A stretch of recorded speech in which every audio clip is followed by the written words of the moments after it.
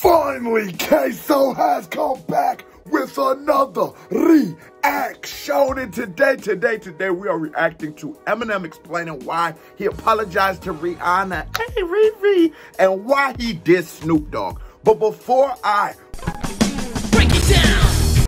break it down, hit that thumbs up button if you're new to the channel. Hey, how are you doing?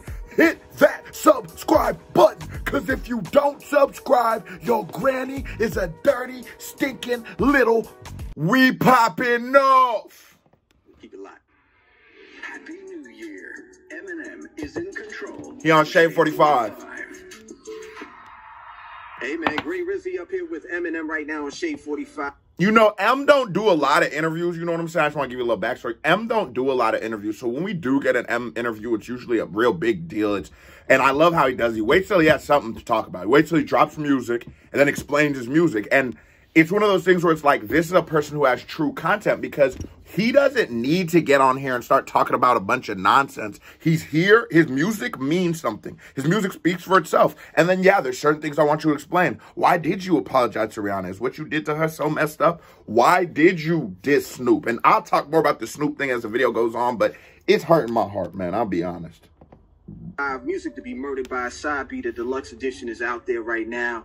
This song that you have is creating a lot of talk. Zeus. The first part always does. With you apologizing to Rihanna for why didn't they call her Rihanna? Leaked verse that got out. You know, I thought it said a lot about you as a man, and you've been on the record about the friendship that you have with Rihanna. But this made it on. You know, Em and Rihanna got some bangers. Love the Way You Lie, Monster. Reacted to both of those. Go check it out on the channel. But yeah, they got some bangers. And hopefully this apology can get them back working together. To the project. Why the apology now? Well, it was pretty recently that verse had leaked. And honest to God, I told Paul this when it first happened. I was like, first, I didn't know how somebody got it. Second of all, I have zero recollection of even remembering doing that verse. Like the rhyme schemes didn't even sound like familiar to me. So I was caught off guard too. I was like, what the fuck? And that was, you know, that was during. Some people might call that cap, but I definitely feel like there's Queso dropping a project real soon here. Stay on alert. It's what? Queso the Big Dipper, the project. But I get that. Sometimes I go through my catalog of music that I've just recorded. I probably have like 100, 200 songs recorded, and I listen to it and I'm like, oh shit, when the fuck did I make this? Now, if you look at a person like M with a 20-year career, and you know what I'm saying, hella features and verses that he done, I totally could understand how you will forget a verse, or a verse, you will forget you even did something. He plays around, he jokes a lot, and he clearly didn't want it to come out because it got leaked. During early, stages of the Relapse record that I was working on. So, you know, it's 10 plus years old, but I'm not making excuses for it. I said it, and I was wrong for saying that. It was fucking stupid. You know, a lot of times, especially with the Relapse record, when I first started learning how to rap again because of the drug situation that I went through and having to relearn a lot of things. And that's crazy. It's like, Em was so gone off these drugs. It's damn near like when an athlete tears his ACL and he says, I got to learn how to dribble on this way. Like, you know, you'll dribble again or run again or whatever.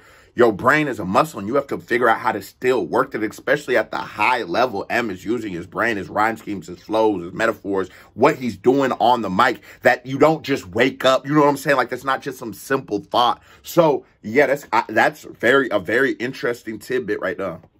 That was one of those things that it was like, well, if it rhymes, say it. I think that being able to look back, I mean, that's not even an excuse, but I'm just saying, like, there was a phase I was going through with that Relapse record. I don't know. It's one of those things. I think I just said it because it rhymed, and I'm sure looking back now, I should have thought better of it. You know, it was one of those things that, like I said, I don't even remember recording. Yeah. Record a lot of songs, so it's tough sometimes to even be like, oh shit, I remember that. You know, but I know a lot of people are very happy and proud that they got to hear that part from me. Hell yeah, we need some more Rihanna and M. There's also a reference where, not even a reference, where, you know, you're talking about or speaking to Snoop in the sense of, you know, it's about to get real here. Are y'all ready, folks? Buckle up. It is about to get real. Let's talk about really real. You don't need to be dogged by him. And I didn't know exactly when or where. What did Snoop do that made you put this line in this song? Well, a couple of months ago, he was doing an interview with The Breakfast Club. Somehow my name got... already don't like The Breakfast Club. You remember on Kamikaze, he took his shots at Charlamagne. He already isn't feeling them. He doesn't go up there, you know what I'm saying? Obviously, he has Shade 45. So if he's going to do something, it's going to be on his own platform. But don't fuck with The Breakfast Club. Brought up, and he was saying things about, I'm not in his top 10. And everything he said, by the way, was fine. Like, up to a point, And I respect that, because when I reacted to Zeus, I think it was, or whatever it was, I reacted, all the Disses Off Music to Be Murdered By. And I was like, you can't really be mad at OG Snoop for saying, saying, you're not on my top 10. I don't listen to him. It was never really my cup of tea. You got to understand that. But I do still understand from M's perspective of, well, bro, we from the same camp. We both Dre made niggas. I can't get jiggy with this. And I felt that. When he, I've never said, like him saying that I'm not in his top 10 because there's some rappers from the 90s that I can't fuck with. Him saying Dre made the best version of me, absolutely. Like, why would I have a problem with that? Like, would I be here without Dre? Fuck no. That's real. The rappers he mentioned from the 90s, KRS-One, Big Eddie Kane, G-Rap, like, I've never said I could fuck with them. I never said that. You know what I'm saying? So, and M knows how to take that good approach on the shit. Like, you remember when he was into it with Lord Jamar, when he was saying, like, I never said that I'm not a guest in the House of Hip Hop, but what I am saying is you won't disrespect me. And as a man, I totally feel that. It's all, like, everything was good until, like, it was more like, I think it was more about the tone he was using that caught me off guard, because I'm like, yo, where is this coming from? I just saw you. Like, what the fuck? You know what I'm saying? Like, it threw me for a loop. Again, I probably could have got past the whole tone and everything, but it was the last statement when he said, as far as music I can live without, I can live without that shit. Now you're being disrespectful for, like, it just caught me off guard. And I feel that statement was a powerful ass statement. I could live without Eminem. But I hope Snoop wasn't saying it as, like, your music is valueless, because at that point I just disagree with you. But if he just was being too, he was just being too, I guess, aggressive with what he was saying, I can understand what he means. Like, if I was, like, in my mind, I take it like if I was lost on an island and I only had 3 albums, yeah, I'm not going to choose an Eminem album. I can understand why Snoop would have that feeling. But, yeah, I do understand how, that's why you got to choose your words wisely. But this is why I need this to stop. This is why I need this to stop. I don't want M and Snoop dissing each other. I don't want an M and Snoop beef. These are 2 legends, 2 icons, coming from the same damn near camp. Same iconic producer put them into the place, help them get to where they were going to be in their career. Not saying that M wouldn't have been M without Dr. Dre, or Snoop wouldn't have been Snoop without Dr. Dre, but if you were to say he didn't help or he's not an impact on their career, you would be lying. So that is my, you know what I'm saying, that's my one feeling on the whole shits.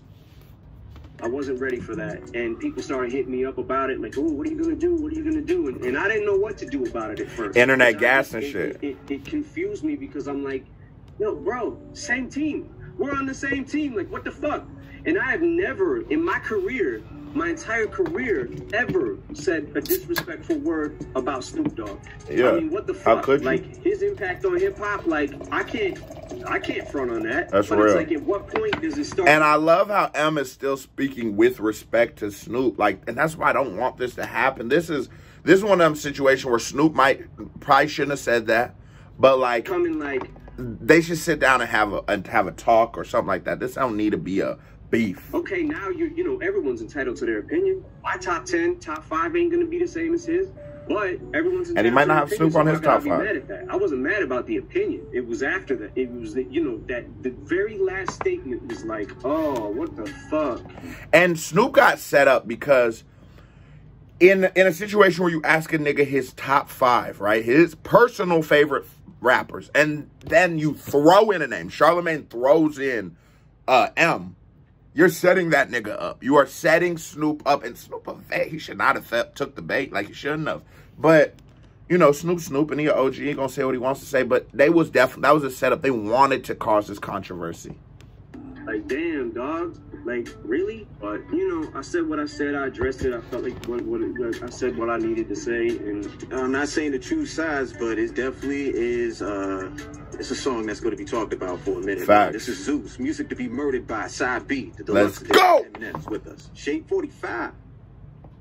Yo, so that was fire. I'm happy Eminem did that. I really respect the approach M took on that joint. Like, he didn't come with no disrespect. He still held Snoop to the respect he deserved. And he just said, as a man, I feel like you disrespect me. And I can't be mad at that. Snoop did talk a little spicy, but that's Snoop DOGG. But what I'm saying is I don't want this to continue. I don't want this to become a beef. Hash this out. Dre, get on the phone. Snoop, M, you probably got each other's number. Get on the phone. This isn't something M is coming from a perspective of, I feel disrespected or insulted. And Snoop's coming from a perspective of, I was just giving my honest opinion. I don't think there was malice in it. You know what I'm saying? And that's why this really should end. This needs to end. This needs to stop. But I'm out. Here come my music video right here. Click on it. Or right here. You my dogs. I'm out. Show me some love.